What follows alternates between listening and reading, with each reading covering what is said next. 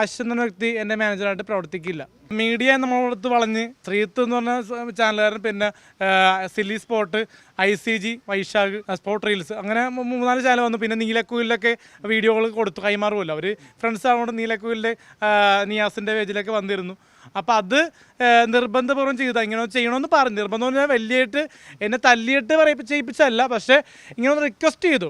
Reach കൂടൊന്നുമല്ല, ഈ തല്ല് കിട്ടിയ കാര്യങ്ങൾ വലിയ രീതിയിൽ വിവാദങ്ങൾ വരുമ്പോൾ അപ്പോൾ പുള്ളിക്കും മനസ്സിലാകുമെന്ന് പറഞ്ഞു. കാര്യക്കാരി ഗൗരവം അല്ലാണ്ട് ഈ ഫാൻസി ഡ്രസ്സാണെന്ന് അവർക്ക് അറിയാം, പക്ഷെ കാര്യഗൗരവം ആശിഷിലേക്ക് അറിയിക്കാൻ വേണ്ടിയാണ്. കാരണം ഒരാളെ എന്തോ ആയിക്കോട്ടെ സംഘർഷം കാറിൽ ഉണ്ടാക്കാൻ പാടില്ലല്ലോ. ഇനിയൊരു സിറ്റുവേഷനിൽ ആശിഷ് എന്ന് പറഞ്ഞ വ്യക്തി യൂബർ ഓടിച്ച് ജീവിതമാർഗം ചെയ്യുന്ന വ്യക്തിയാണ്.